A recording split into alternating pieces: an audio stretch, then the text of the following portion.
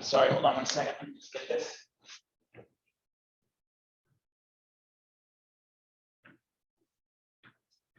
Okay, let's just start again. Meeting of the EDC, special meeting, January 20th.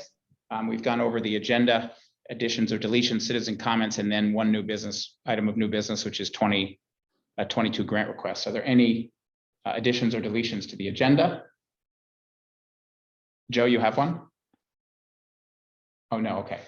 All right, then citizen comments. Now, before we do citizen comments, normally what we do is we ask you to hold comments if they're relevant to our agenda items, because we usually allow comments throughout the meeting.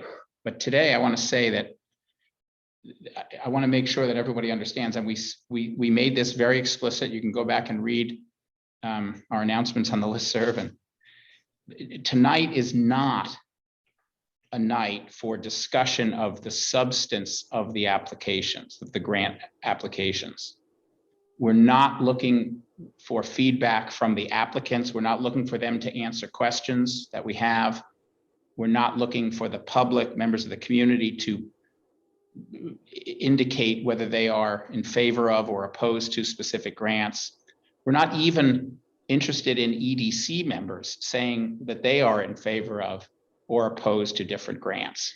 The purpose tonight is a very specific purpose. It's a new part of the process, and I think it's really going to strengthen. I think we all think it will strengthen the process and the applications. It is to take the questions that we have after everyone on the EDC has read all 48 of the pre-applications.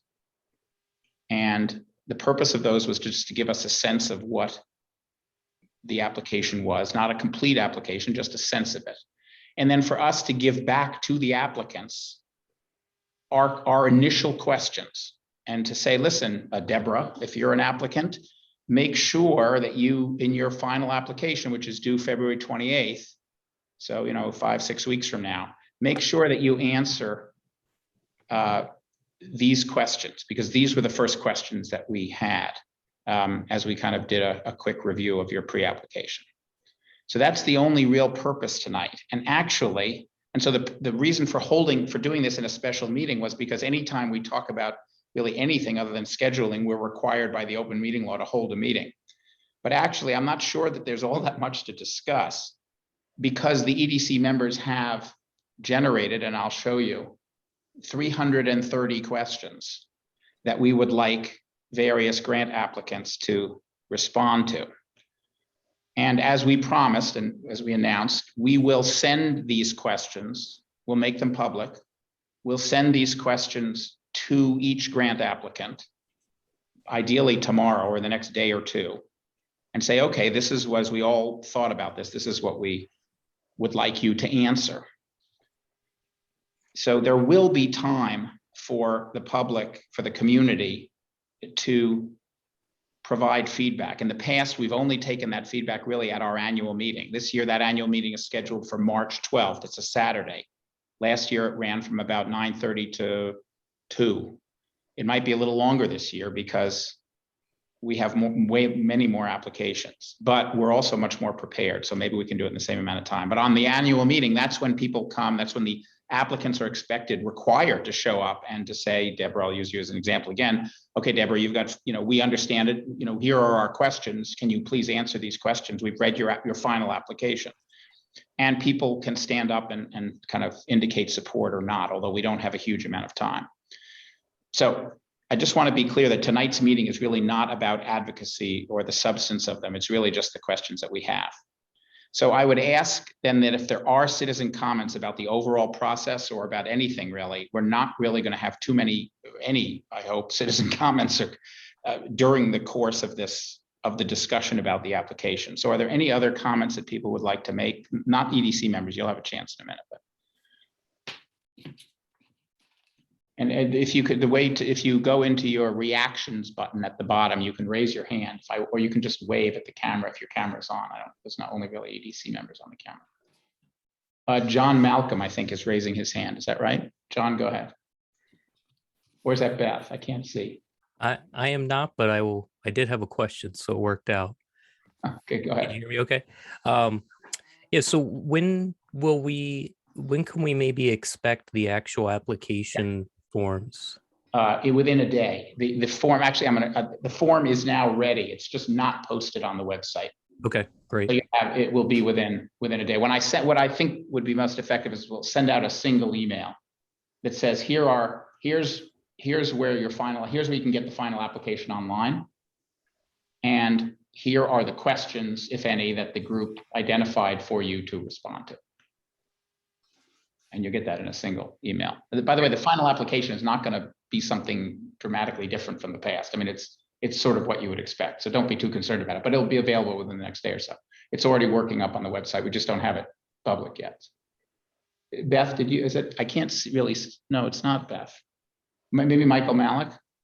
No? Well, there's a hand up there, but not on my screen, so I don't understand.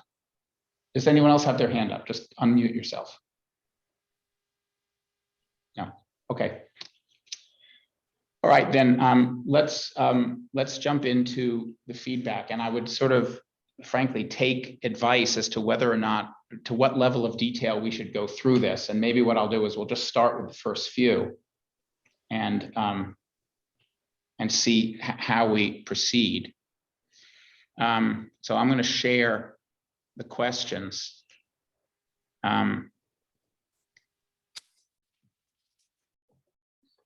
With you.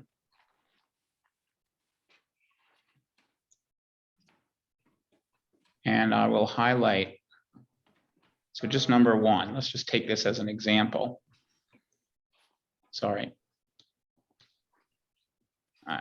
Sorry, this is a complicated. It's a little bit complicated. Okay, great. I can move this, but I can't highlight it. So if you can see my cursor, if you just go down to number one there, I'll leave my cursor at the bottom. For some reason, I can't select the screen. Hold on one second, sorry. I apologize. So this we'll get the hang of this in a second. Okay.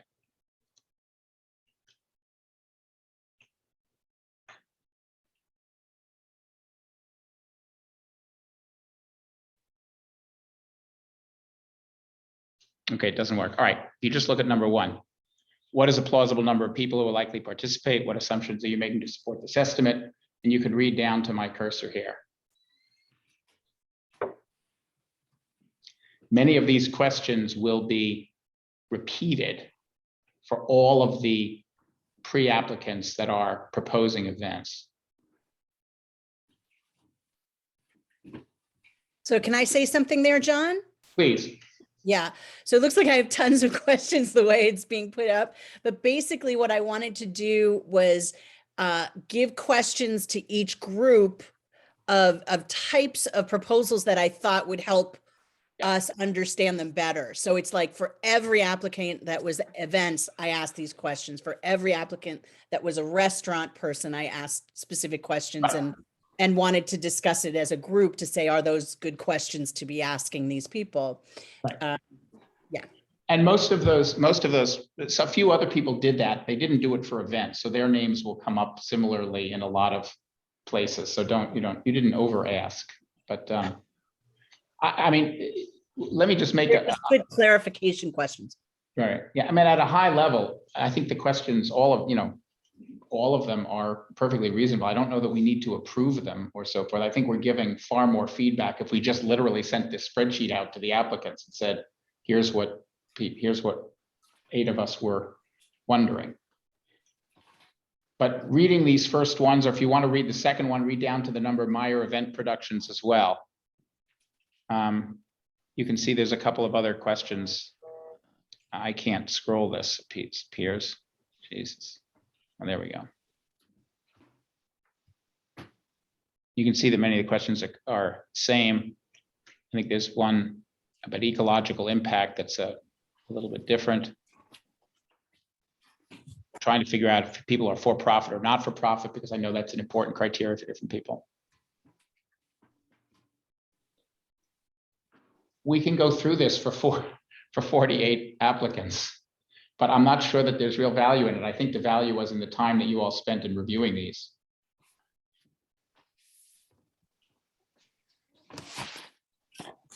So does anyone have any Well, let me be bold. Why don't we do this? I'm just gonna leave this up here and I'm just gonna keep scrolling down it.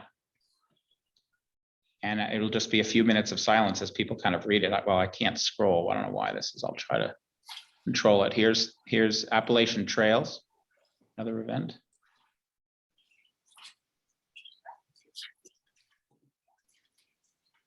I think I'll just highlight some of the questions. How do they plan to, well, sorry, I won't speak. I'll let people read.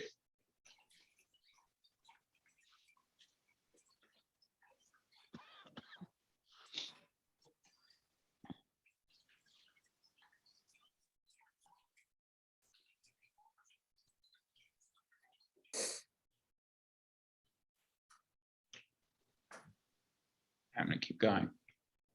I'll stop at the end of events and maybe we'll talk about that briefly. Here's TEDx. Sorry, I can't control this very accurately. There we go.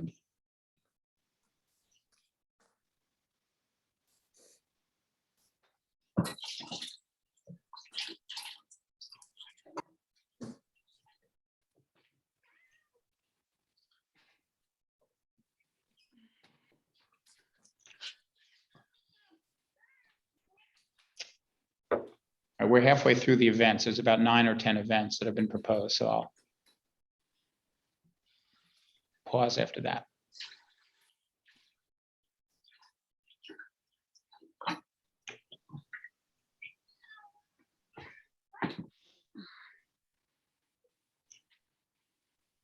If you can mute yourself if you're not speaking, that would be great.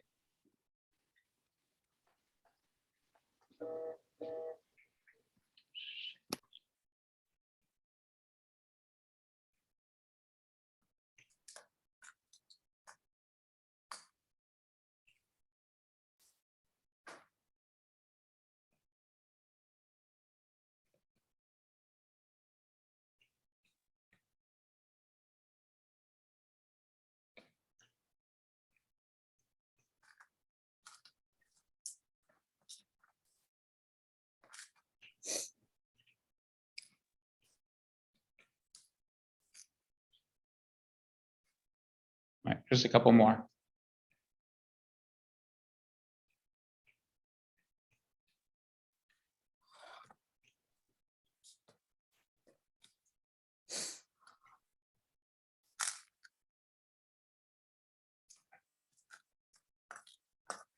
Mika, I'm going to mute you for a second.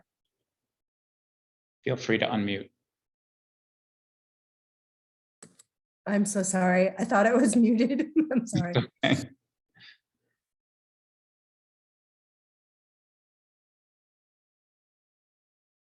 Okay, and I'll stop there. You can see the events.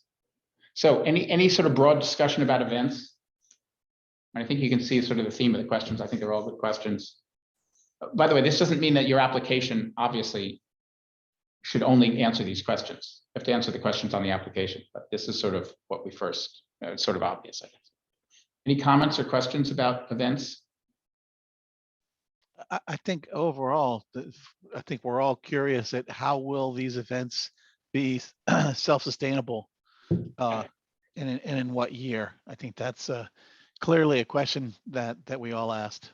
Absolutely. Yeah, how many people are, yeah, absolutely.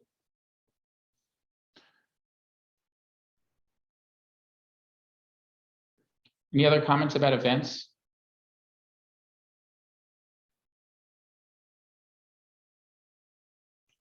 The one thing that I wanted to add, John, just so that it's clear what I meant to everybody about the ecologically sound, it's about ecologically sound as far as having the event be green, but also how it affects the local population, so that we're bringing an influx of people. How are these applicants planning on making it tenable for the people who live here as well? So to answer some of the questions that come up often in the community of, okay, you're bringing an extra couple thousand people in, how are we going to handle that? How have you planned ahead? That's what I mean by ecologically sound and low impact. So I just want to be clear on what the question is about. It's about how is the impact going to make it so we have happy residents as well as happy participants. Yeah, you know what? So go ahead, Patrick. Which is kind of a tough question too, because how much control will they have? But more importantly, if you bring more people in, I like the idea of what, do you have an idea what the impact will be? You know, and how can we minimize, I guess, or how can you minimize? Right. You know, it's gonna be hard because events are meant to bring people in, so.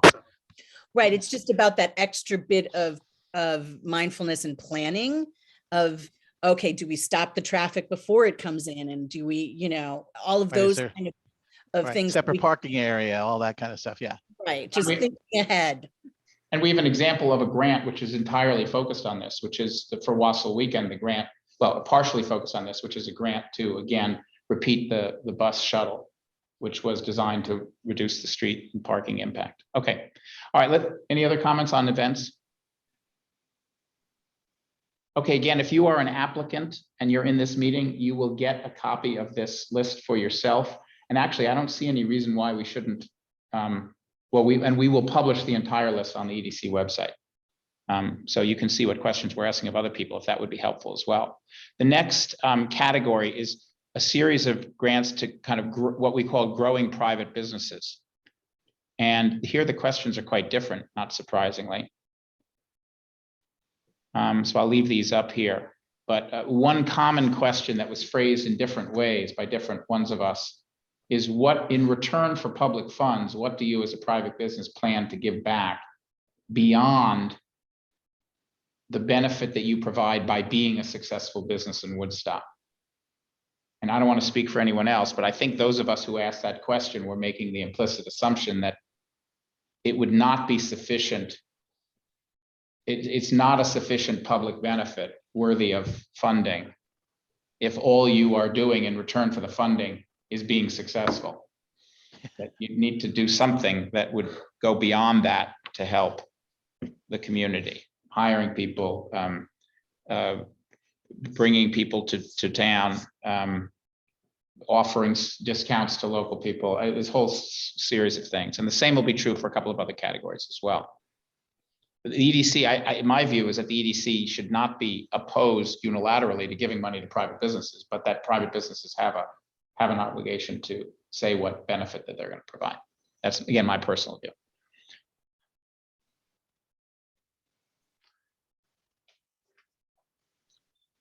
You know, John, I'll say my personal view on this is, I almost see this for private businesses. You know, I don't think the EDC is in the market to pick winners and losers of businesses. So my feeling is these type of things should be loans as opposed to grants.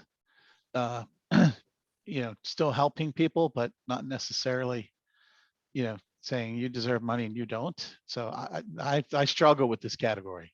So actually, I think it's an important point that you brought up, and I'm glad you brought it up near the beginning of the meeting. So one of the 48 proposals is to establish a revolving loan fund. If we were to vote to establish that, we would then have the ability to make loans rather than grants. And actually, technically, I think we sort of have that ability anyway, because we've decided in the past that we'd be willing to do that. But I'd like to see us, if we want to consider a number of these requests for outright grants. And by the way, people proposed outright grants because we only gave them the option to apply for grants. So we know informally, we've talked to a number of people who have said, would a loan be helpful? And they've said, absolutely. So, so if we were to approve the revolving loan fund, then any of these grants could be replaced with a loan, assuming the applicant was interested in that, and they would have to. And I think it's fair to say that some members of the EDC would be, as you said, Patrick, would be more amenable to a loan than a grant. So, but anyway, we're getting into assessing the grants. Let's not. I mean, Todd has his hand raised. Okay, Todd, go ahead. But I'm sorry, I'm violating my own rule here, so I will not make comments about, again, the substance of the grants. Todd. Yeah, I also struggle with the genre of the private business applications, and I look forward to a hearty debate on that at our annual meeting. Yeah. Agreed. Okay. All right, I'm going to keep going. some other, so the e-bike business, by the way, just a point of clarification, I believe that application 11 and 12 are the same application. They were named slightly differently, but they appear to be identical. So we will only consider one of those unless, is it Luke? It will tells us that that's not the case, but I'm almost certain that it is. Okay, a couple of other new business ventures. Woodstock Outdoor Adventure. You can see the questions here. Here, there are some specific questions about, what exactly is this business and how would it work, so that we can understand, again, the sustainability of it in the future, likely future success of it. Several of the questions throughout, not too many, but several of them say why, to explain the size of the grant. And you'll see on the application that, on the final application, that you need to be quite specific about what the money would be spent for. Pre-app, you don't have to say anything about that. But the more specific applicants can be about saying what they plan to spend the money on, the easier it is for us to make a decision. John, Yep. this is Larry. That brought me to a question for just in terms of next year. I think it would be good if the pre-apps ask them to be as specific as they can be about how much they want, because the range thing I thought was a little difficult to deal with, because I really didn't know, especially on the bigger ones, whether they're talking 25,000 or 75,000 or 100,000 or whatever. So I would just suggest that next year, if we do it this way, which I think we should, that we ask them to be a little more specific. That's a good suggestion. I think we should do, in April, we should do a recap of the whole process and see what we can learn while it's fresh in our minds. But I agree. I found a little bit the same difficulty there. A couple of additional ones for growing private investments. And then the EDC's own proposal for an entrepreneurship challenge to start up a business. Number of.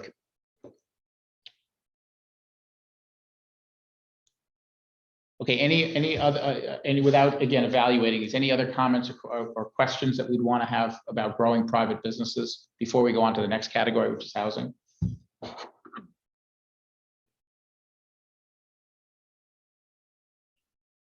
No, okay. Next category is housing. We have 3 proposals from the housing working group. I don't think this spreadsheet shows what the 3 proposals are, but the 3 proposals are to provide a support person, to create an incentive to convert short-term rentals to long-term rentals, and to provide a direct financial incentive to people who might be interested in creating ADUs.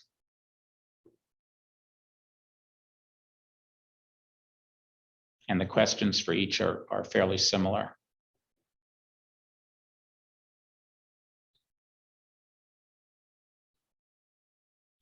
And then there are some specific questions. Here's one from Michael about risks to ADU developers.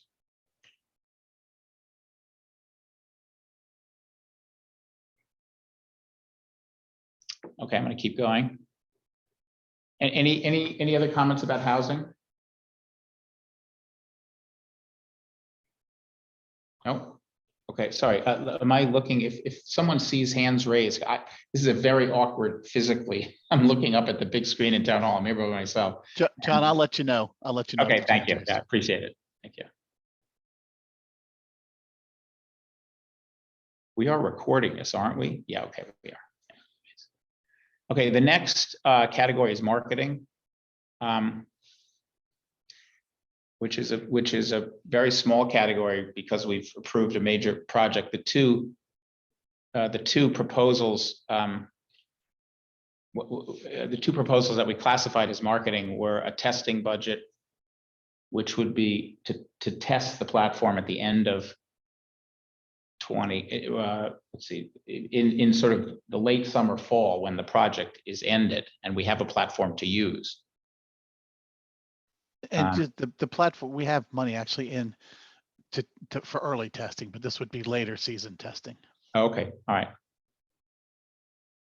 And there is another marketing related proposal. It's classified as staffing, which is to continue having a digital manager who is Jennifer Schmidtke, who we've had now for 3 years on a part-time basis, not Jennifer, but her predecessor, Katie Brudan, who does all of the blogging, runs the website, does the social media, the email campaigns and so forth.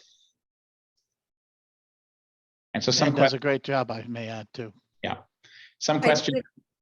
I wanted to add, if we have specific thoughts that might help a person, can we reach out to them specifically? Like, I have a question for her. Obviously, she's doing a great job, but I want to, ask her about some things that might be helpful. Absolutely, and we've said, I mean, I know everyone it pains me that people do not memorize, not just read, but memorize my listserv posts. But we have said in those posts, and we should reiterate, that all of the EDC members, I think, have volunteered to say, listen, if someone has a question of me in particular, or if I have a question, we can absolutely reach out one-on-one in either direction. So anyone who's an applicant on this call, please feel free to reach out to any EDC members or that you think would be helpful. And any EDC members, feel free to reach out to any of the applicants. Deborah, if you have any questions in terms of Jen Smitsky and stuff, feel free to talk to me as well. Yeah. Would love to. I just had some thoughts that might be helpful. Yeah. All right, move on to the next category. The next category was other.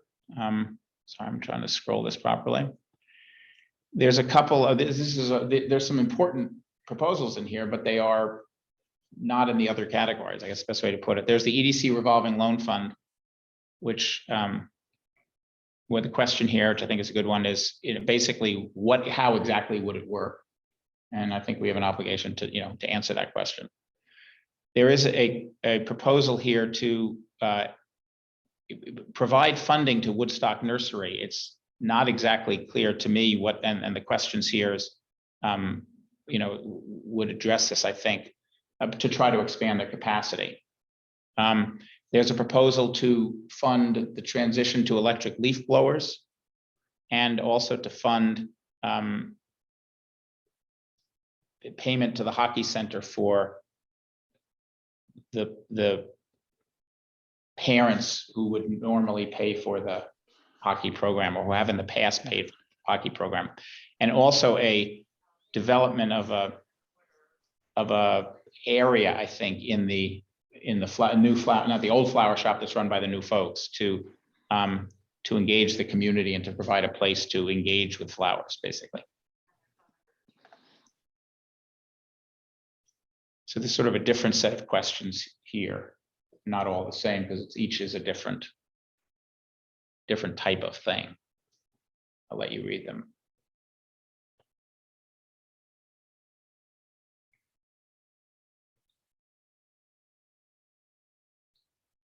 Any comments on these? The other category?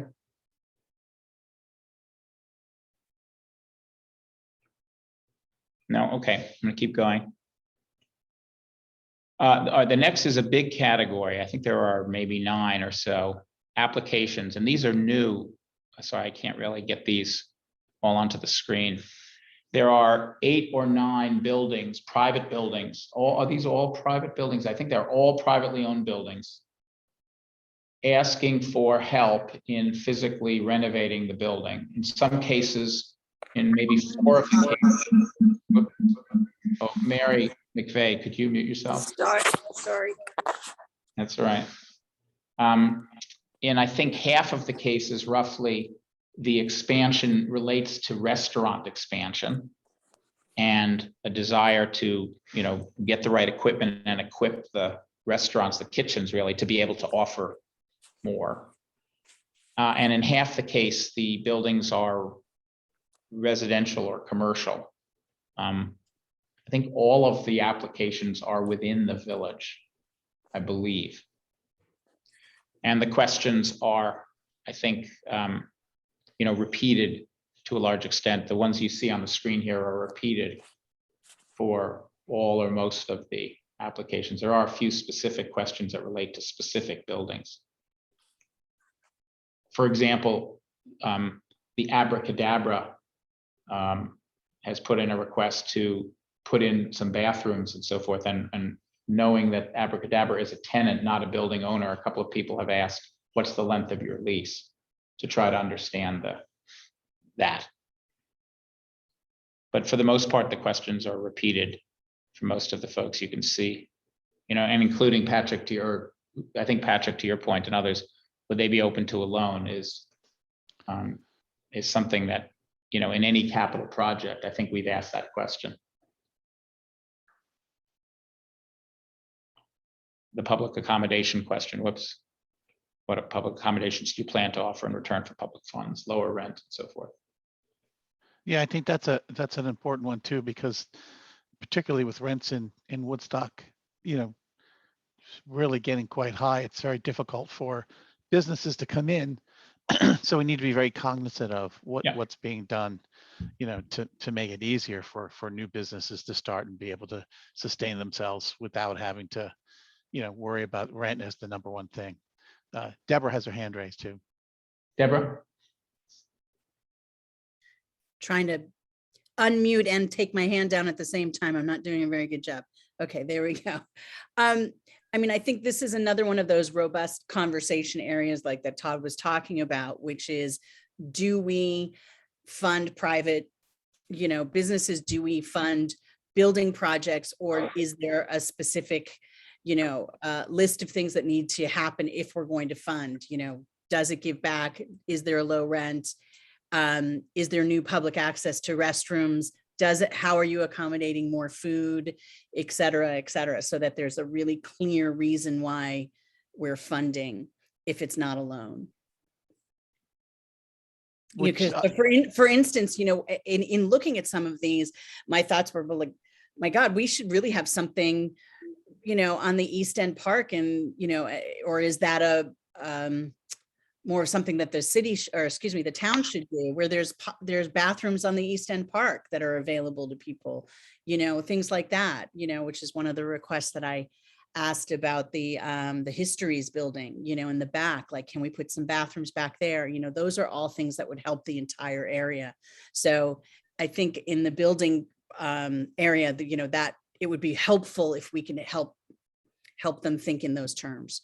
Absolutely, and I think we're being very clear. We're asking everyone who would be private in this case, for these private buildings, we're asking everyone this question, basically, and sometimes more than once. This concept of public accommodation for public resources in return for public resources is well established in large cities, for example. In New York is a good example. I'm sure every major city has a similar thing. In New York, if you want to build a 45-story building, you're only allowed to build a 40-story building. You can get an extra 5 floors if your ground floor becomes a public atrium that's open from 8 in the morning till 11 at night, and it has seating and restrooms, and basically is open to the public. And so along Park Avenue, you see many of the buildings have these beautiful atriums in them, and then the buildings are taller. That's their version of currency. It's not funding, it's height.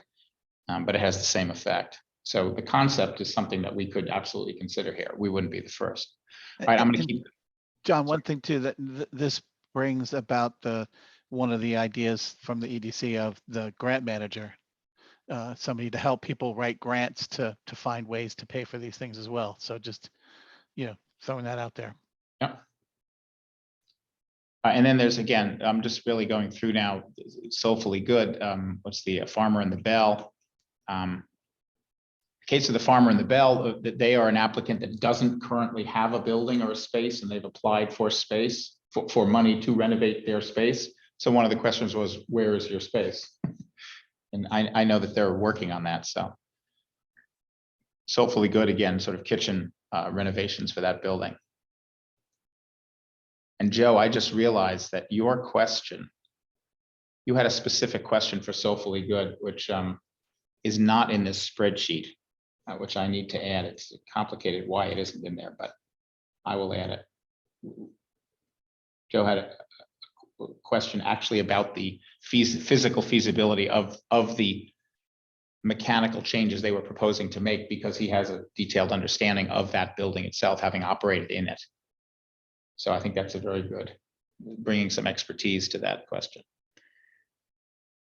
And again, yeah, then there's an application for a pizza spot, which is a pretty briefly described application. I think many of us would like to learn more about what that is, and the applicant has an opportunity to, to make that clear. Would you have restroom facilities? Will it be handicap accessible? What would your hours be, et cetera? So just some basic questions about that one. Okay, any other comments about private building interior renovation? By the way, it's important. Remember, this is private building interior renovation. We're going to come to exterior renovation in a minute. Any questions? Let's see any hands. Okay, the next category is services. So what are the applications here? Wireless Woodstock, to basically rebuild wireless Woodstock. It's operating in a very, very thin area. And some specific questions about the general questions that are asked for a number of these things is, what evidence are you that there's real demand for this, and so forth. But then also some specific questions like, wouldn't doesn't EC Fiber plan to do this, and so forth. Some questions about establishing websites. One, Woodstock outdoor services, creating a website that provides information on all of the outdoor activities. Two proposals from the chamber, one for a visitor greeter that would help to greet and manage the inflow of tourists and buses. And second, an expansion of the Welcome Center. The title of that, maybe it's cut off here, it's really expansion of the operating hours of the Welcome Center, to extend it further to hopefully attract more people downtown to shop and shop later than they do now.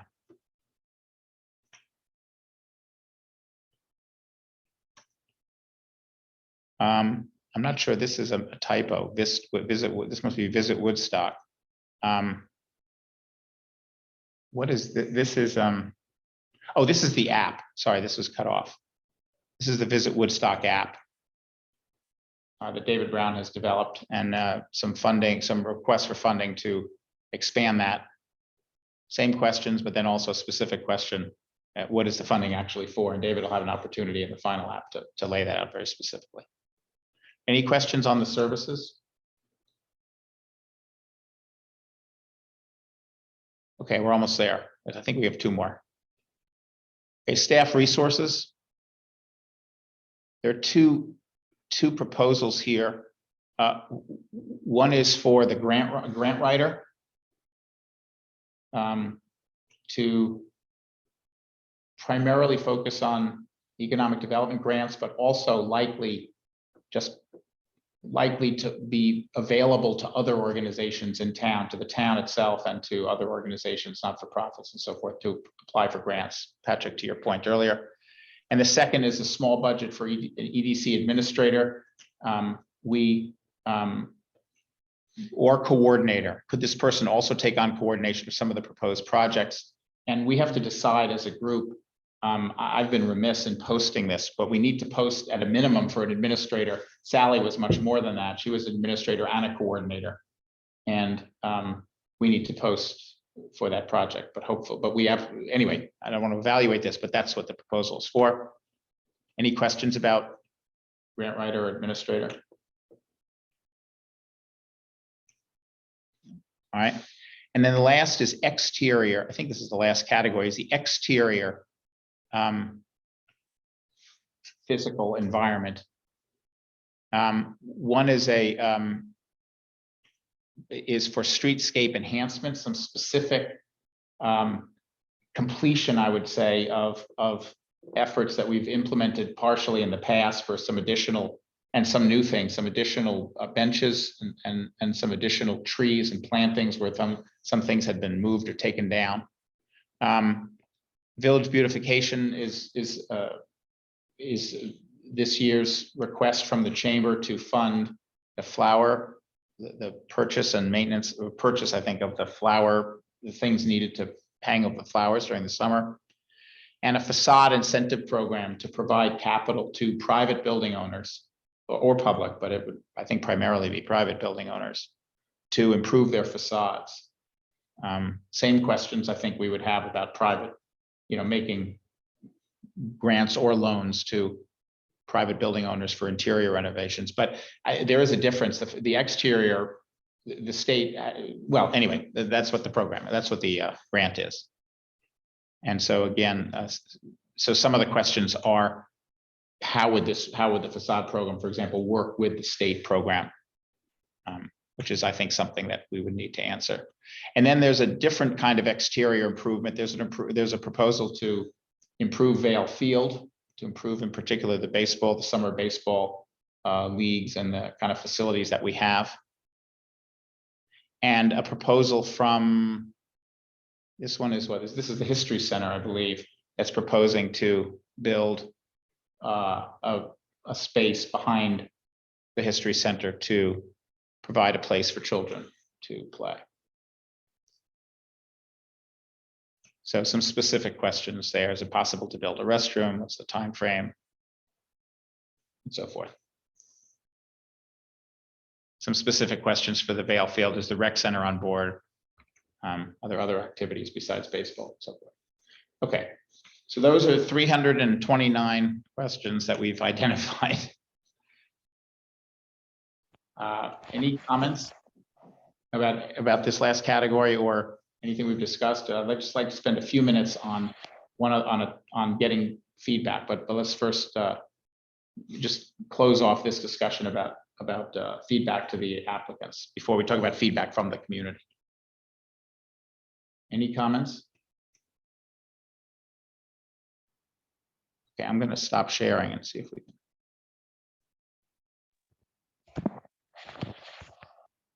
Hey, John, it's Patrick Crowell. Yes, go ahead, Patrick. I just wanted to just let me know when you want to address the comment about Vale Field. I'm happy to handle that. Yeah, no, and we're not. I think you didn't sign on when I made these comments. Tonight is not the time for discussing and having applicants say explain things and so forth. You'll have an opportunity to do that. All we're trying to do tonight was we're injecting a new process, which is, let's tell you now what we're worried about or thinking about, or what questions we're unclear about, so that you can really work more effectively, rather than discovering on the day of the annual meeting, which is what happened last time, that we've got these questions and you're sitting here and we've got 8 minutes to resolve it. So that's the only purpose tonight is it's not to hear from the applicants. You'll have a chance to do that. If that's okay. Gotcha. Yeah. Gotcha. Thank you. Yep. Thanks. Mika, are you raising your hand, or is that hand still up there from the beginning? Does anyone else have yeah, it's not, no, okay, she's not raising her hand. I have a hand permanently raised. Okay. No, There's that's no not hands me. up. Yeah, there's no hands up, John. Yeah, all right. It's weird that, oh wait, that's no, okay. All right, well, so just to round out then this process, and in case anyone has any questions about this, within the next, I'll say 2 days, we will publish this list of questions on the website so that everyone can see all the questions because they're public. We will send an email to each applicant and saying, here are your questions, and here's a link to everyone else's questions in case that might inform you, because we might, it'll give you a sense of what we're thinking, so it could be helpful. And here's a link to the online application, which is due February 28th. And a reminder that says, please reach out to EDC members if you have any individually, or if you have any questions or comments. So that's the process. And then as an EDC, we have a meeting. John? Sorry. John, can I ask a question about that? Yeah, You just told 50 people they can reach out to us.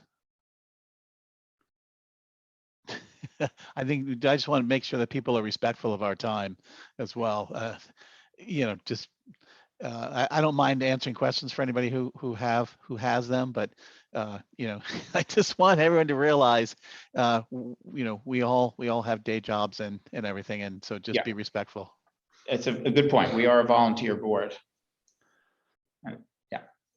Some of us though, Patrick, have very little to do. So we like, I sit in my email box waiting for emails from people for questions on the EDC. It makes my day. I've emailed John at 1:36 a.m. and also at 4:37 and also at 6:02. And he responds before I hit send. It's very uncanny. It makes me So very email happy. John. Everyone email John. I have nothing else to do in my life, so. All right, and it's a fair point, Patrick. Thank you for saying that. But I mean, I think, and by the way, what we don't want is lobbying. I think if there's somebody who has expertise, like for example, Joe, has some expertise about a particular building. So someone who has expertise, or Patrick on marketing and on, Deborah on events and et cetera. Anyway, a fair point. Any other comments about the process? Are you all comfortable? Or EDC members, are you comfortable? Is anyone uncomfortable with the process that I just laid out?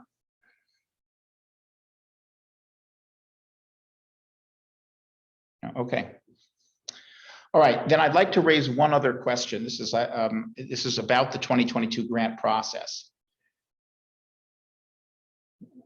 I think we have seen I hope we've seen, I've certainly experienced it personally, the significant impact that using an online platform can provide, both in terms of the access that it provides and also the efficiency that creates it. It's an enormous reduction in the EDC's workload in terms of receiving documents, disseminating documents, sending them back out, having people review them. We just give you all and the public a link and say, here are the applications. It's a much more open, much more transparent platform, and it's much less work. So it's a win-win for all involved. I'd like us to consider extending that concept to the process of getting public feedback. At the annual meeting in 2020, the public feedback occurred at the annual meeting. We began at, I can't remember exactly, but I think it was like 9 or 9:30, and we ended at 2 or 1:30, 1:45, something like that. And in those 4 hours, we had to clarify what the applications were, without really the benefit of such a robust pre-application process, if you remember.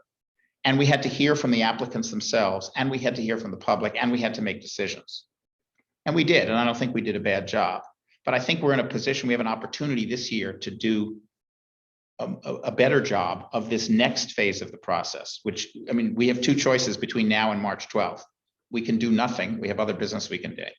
Or we could encourage comments from the public to take, or discussion from the public to have as input to the EDC at our annual meeting. And I'd like to propose that we put online, it's very easy to do technically, on the EDC website, a discussion forum, just focused on the 2022 grant process, and probably organized by category. And it's public. Let people post their comments, give us feedback. We have an obligation to read through it from time to time. We can shut it down, on March 1st or 5th to give us a week or so to go through it if we haven't been keeping up with it. And to still have the annual meeting as we had it, and to still allow some comments during that, obviously. But we're going to have 50 applications. And I think getting feedback from the public in an open forum and letting more people than just attend the meeting provide that feedback and hear what other people's feedback is would be useful. So what I'm really proposing is, instead of having two vehicles for public comment on these grant applications. One is a discussion forum that we would launch early next week. I've already investigated it. It's very easy to put up on our website. And that would run for 5 weeks or 6 weeks and publicize that. And then the annual meeting itself on Saturday, March 12th, as we did before. So Patrick Crowell, to your comment, those would be, 2 times when people could, could opine on the benefits and explain further and so forth to the public. So is that, there are probably multiple ways of doing this, and sort of in the interest of time, I guess I would say, does anyone have any strong or anyone have any disagreement with that approach? And if so, what would be an alternative? EDC members now, I'm asking. John, this is Mika. Can I just ask for a clarification? Are you suggesting that that platform be open for discussion and back and forth conversation from Yes. EDC members? No, for anyone. It would be open for anyone. EDC members would be free to participate or not. The public would be free to participate, and the platform would be a discussion, a forum, not a listserv, but a discussion forum. So threads, for those of you that are familiar with discussion forums, a standard discussion forum platform. I feel like it would perhaps be helpful to say one way or the other, this area is available for just the public, not EDC members, to voice all their concerns or all their comments, all their anything on this particular project.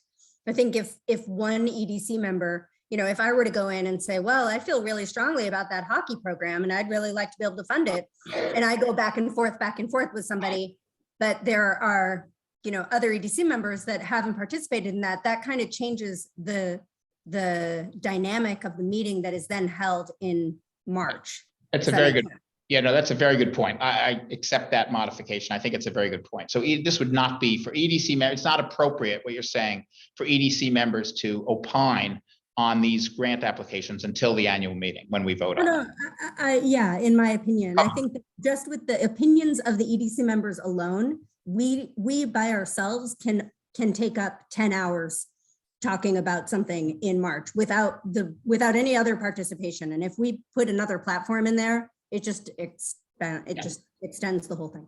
I agree with you. I think that, so I agree, accept that suggestion completely. It's a very good point. Are there other, Deborah? I'm just wondering if there is, and perhaps because of Micah's last comment, it's not an EDC member, but there's somebody who's connected who can moderate this so that it doesn't end up being, it's not a back and forth thing, that there are some sort of rules of engagement, and that this is to express an opinion, not to argue back and forth. So that you put your opinion, but you don't then opine, as you say.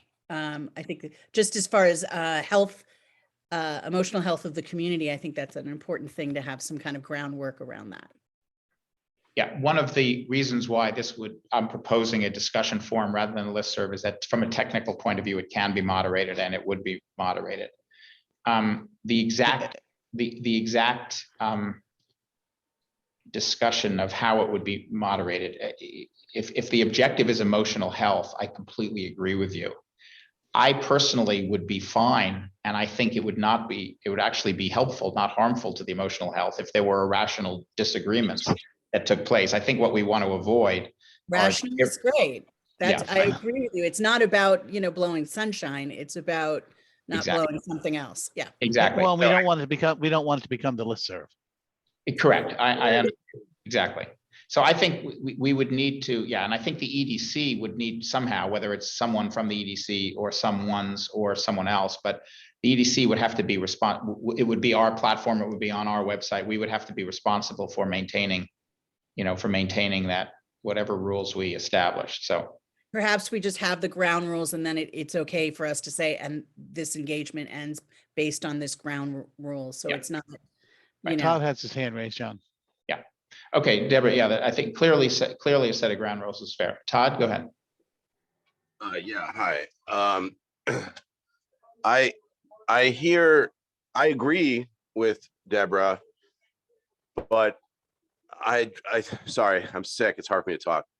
What I'm trying to say is, I think the idea is sound. And I think it's a great idea brought forward. Mika's concerns, I 100% agree with. I would be the first person to ban myself, because you know how I like to go back and forth, and anyone who reads the listserv. But in terms of public discourse and emotional health, it's not our business to be moderators. And I think that even having the opportunity to play the moderator in such a role, I find it personally inappropriate for this commission to have to do that. Just look at Dave Brown on the listserv and what Dave Brown has to go through from time to time. I think that the public, individual A or B or C, can be shown to the rest of the public that they can be part of a civil discussion or not. And that's up to public person A, B, or C. It's not really up to us. If someone wants to embarrass themselves, that's not really our job to police that. So I would just strongly say that, going back to Patrick and our time spent and treasure spent as volunteers, I think we should have more faith in the community to be respectful. And then I think that putting out, even though I understand where you're coming from, Deborah, I think that putting out any opportunity for us to moderate, I'm firmly against for the reasons I just mentioned. And I was saying specifically that we should not be the moderators, that the EDC members. should. Any moderation is what I'm specifically against. I think it should just be open and on the forum and public, and people can live by their words. So let me make a process suggestion here. I actually think this is the first opportunity that I'm aware of. Mary, you can correct me from a select board point of view, but I don't think any part of the municipal government has engaged in this question of what, in other words, all of the online forums are privately run. And this would be different than that. And from a process point of view, I'm not comfortable saying, okay, we'll do it this way, and as someone, it'll be me, will go off, and in 3 days, I'll do my best to interpret what you've all said. I think this requires more of a discussion. I also think that time is of the essence. So what I would suggest is that we all reflect on this question of what exactly, really, of to what extent there should be moderation. It doesn't seem like anyone is opposed to an online and so forth. And that we make a final decision at our February 3rd meeting. And I'll have the platform be ready to go on February 4th, which gives people a month to opine. And we'll announce in advance, if everyone's okay with this, we'll announce in advance that we will have a platform and that it will be launched right after our February meeting. But that we'll have a longer discussion about this, one in which you can all reflect on it for the next 10 days and talk to each other if you want in small groups, less than half of the committee, so that we don't, for obvious reasons. And that we have a discussion about this. I think this is an important community discussion that goes setting an example, whatever example we set.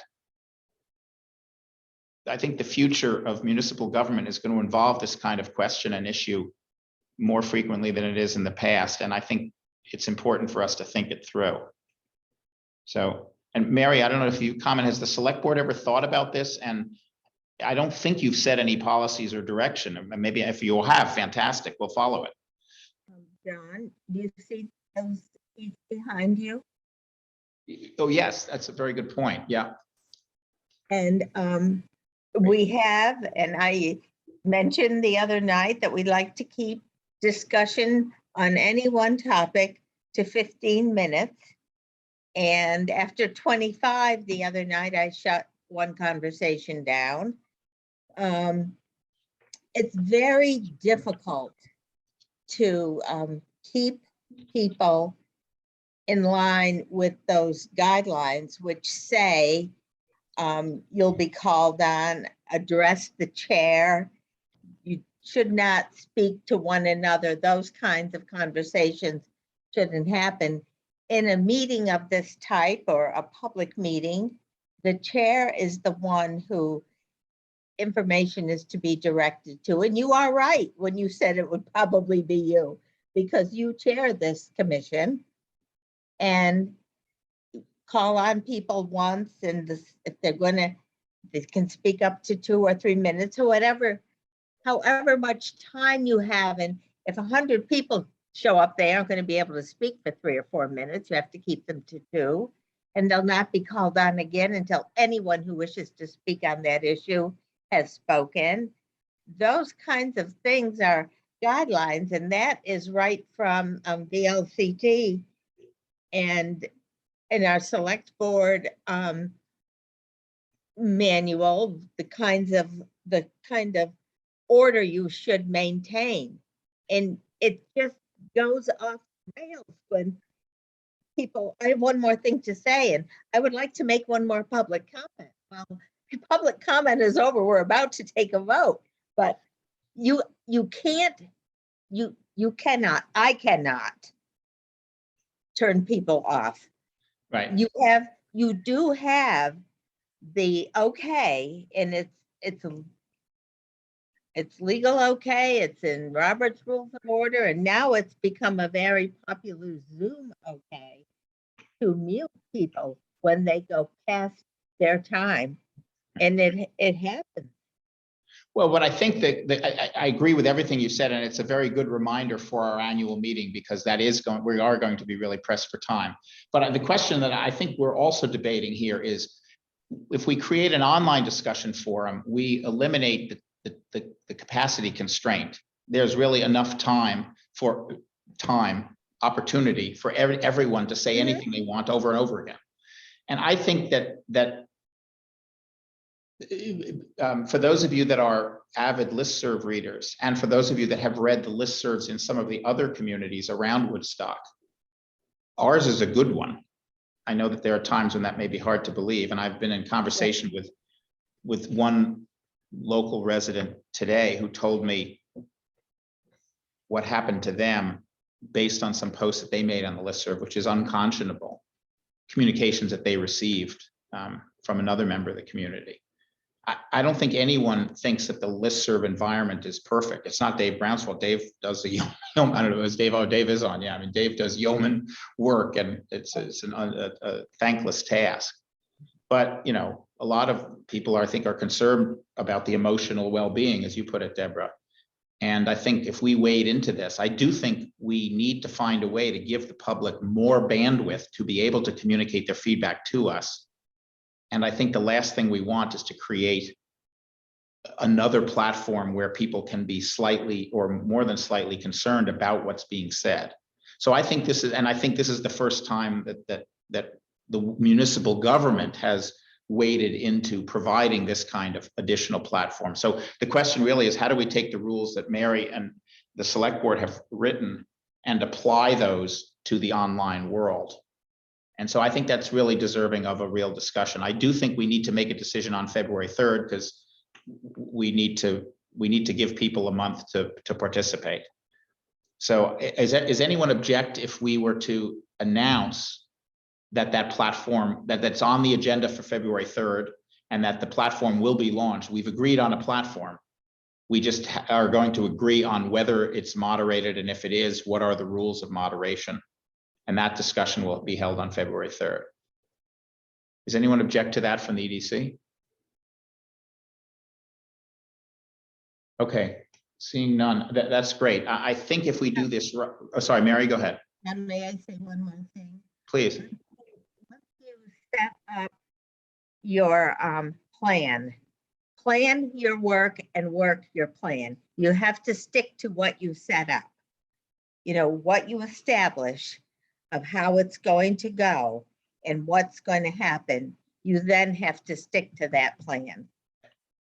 What, and do you feel, are you saying that, I agree, we will stick to it, but are you saying that we're changing it, that we shouldn't be doing what I'm describing? No, not at all. But what you discuss on February 3rd and what you put out. Oh, we then have to do it.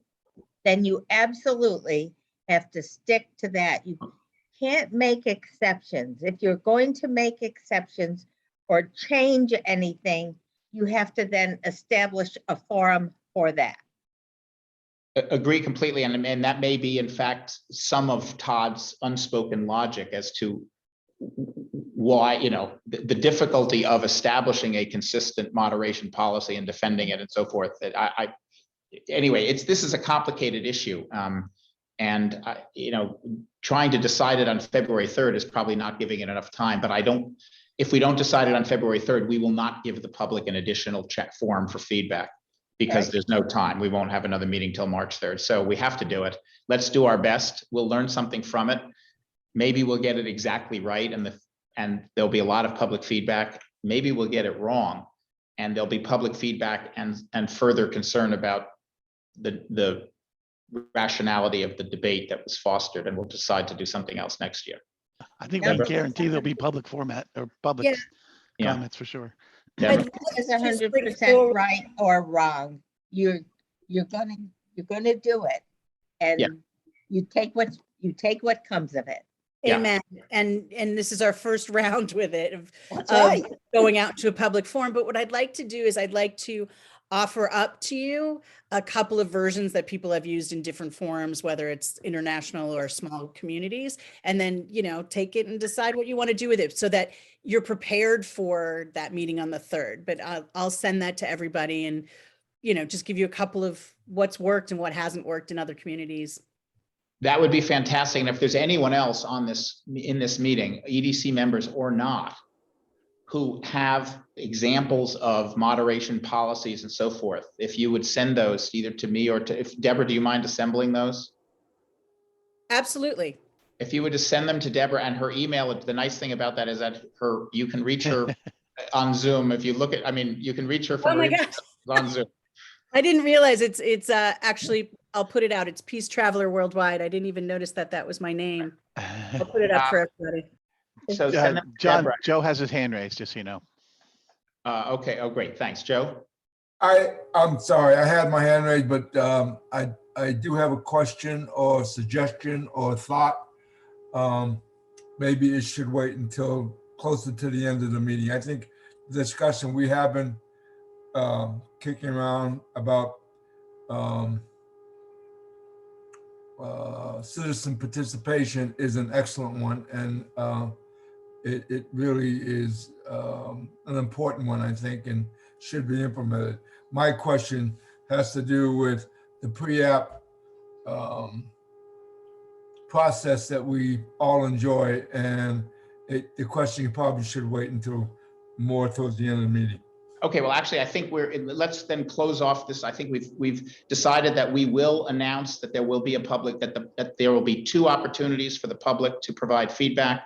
One will be an online platform that will be launched in the first week in February, and people will have about a month. And the second will be at the annual meeting, where time will be quite limited, but there will be an opportunity for, in-person or live feedback. And then on February 3rd on our agenda, we will discuss to what extent that platform is moderated or unmoderated. I don't think we need a motion for this. Is anyone on the EDC object to that process? No. Okay. So I think that's really our agenda, Joe. So if you have another, a kind of a comment that comes near the end, we're at the end. So. If I may take a moment and just kind of express what I've been thinking.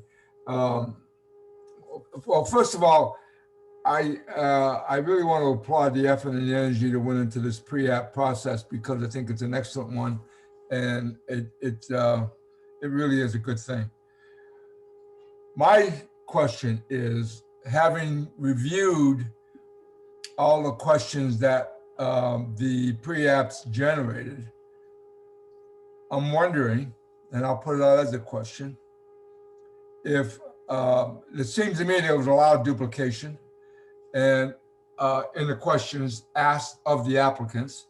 And I'm wondering if it would be worth spending some extensive time and energy and looking at our mission and having more definitions in our missions.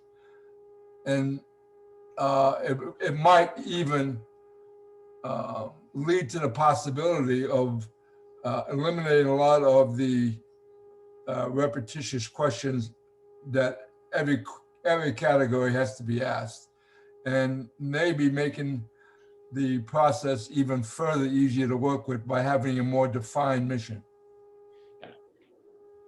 That's my thought. Well, can I respond to that briefly? I believe we are on the path to do exactly that. Good. But we're not on the path to do it by March 12th, to incorporate it by March. I'm talking about next year.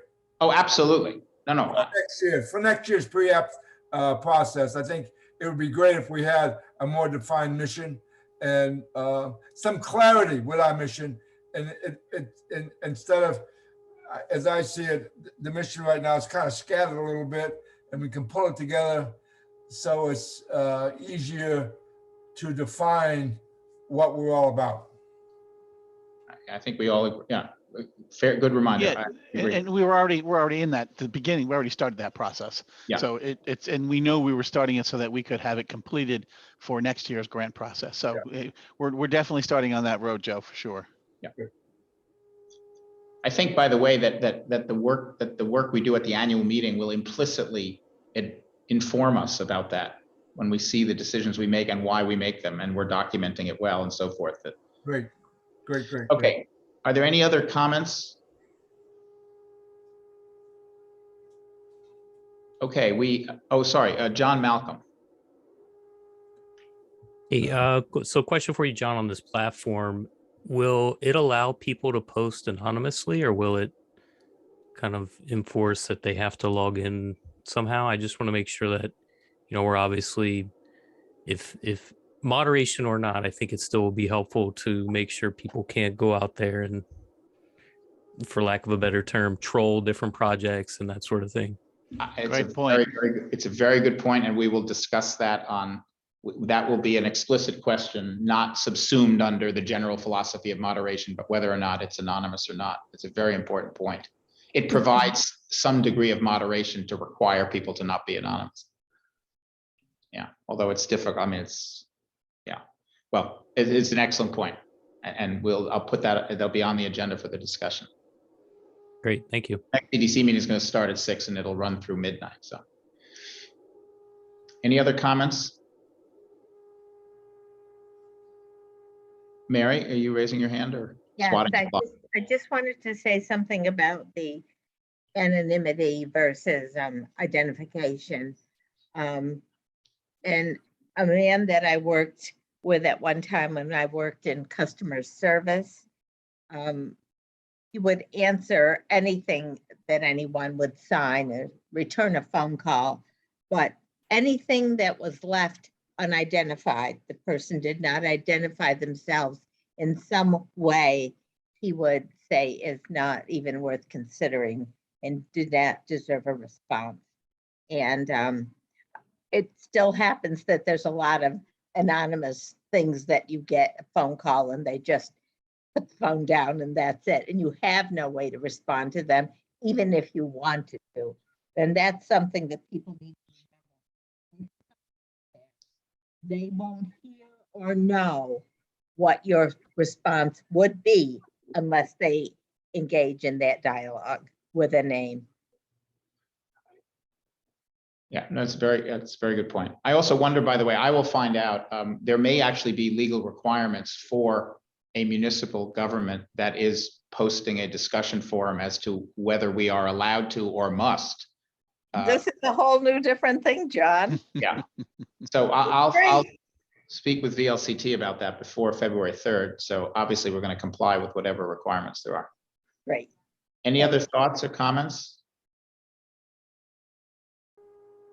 Okay, I mean, we are in a very exciting interregnum here. I think, this is, we're gonna have a tough, prepare for March 12th. It's gonna be a long day, I think. I think I want to thank the EDC members. I think you've all done a lot of work this past week. By the way, I should mention briefly that the assessments that you each did of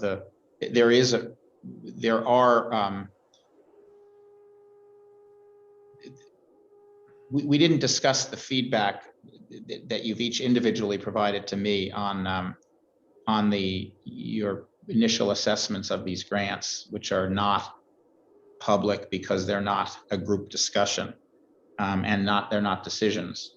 So I'm not sure that I'll really do anything with that.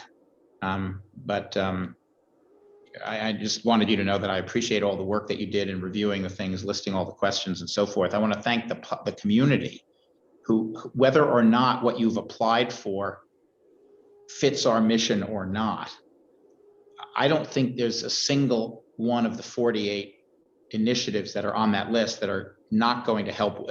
Sorry, I'm saying it double negative. Every one of those 48 initiatives is going to help strengthen Woodstock. And it's great to see all of this work and effort that's always going on and is going on now to improve Woodstock and to invest in it and to make it better. whether or not the EDC will fund all of it. Well, we know we won't fund all of it. We don't have the funds to do that, but which things we will choose to fund is going to be a tough decision. And I think we have a lot of, tough decisions to make at our annual meeting. But I think the process is getting strengthened each year. And I think, Joe, to your point, and others, our process next year will incorporate whatever we learn now. And I think we're going to learn a lot this year based on the changes that we made. So, okay, I think that's it. Could we have if there's no other business, could we have a motion to adjourn? Motion to adjourn. Patrick, is there a second? Seconded. Okay, I'm not sure. Miko, seconded. All in favor? Aye. Aye. Aye. Joe, you have to vote. Aye. All right, sorry. Otherwise, we have to take a roll call if it's not any opposed. Okay, it's unanimous. The meeting is adjourned at 7:19. Thanks, everybody. Great work, Thank you, great work. everyone. Yep. Thanks, Ciao. everybody. Take care. Thanks, John. Thanks, everybody.